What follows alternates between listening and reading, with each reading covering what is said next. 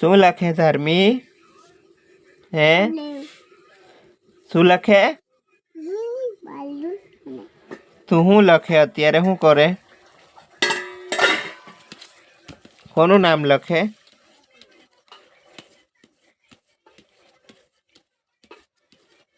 હે ધર્મી કોનું નામ લખેસ? હે આ પેન કોને આપી તને? આગળથી નીકળી ગયો. આગળ આગળ આગળ આવે. અહીંયા અહીંયા આવે.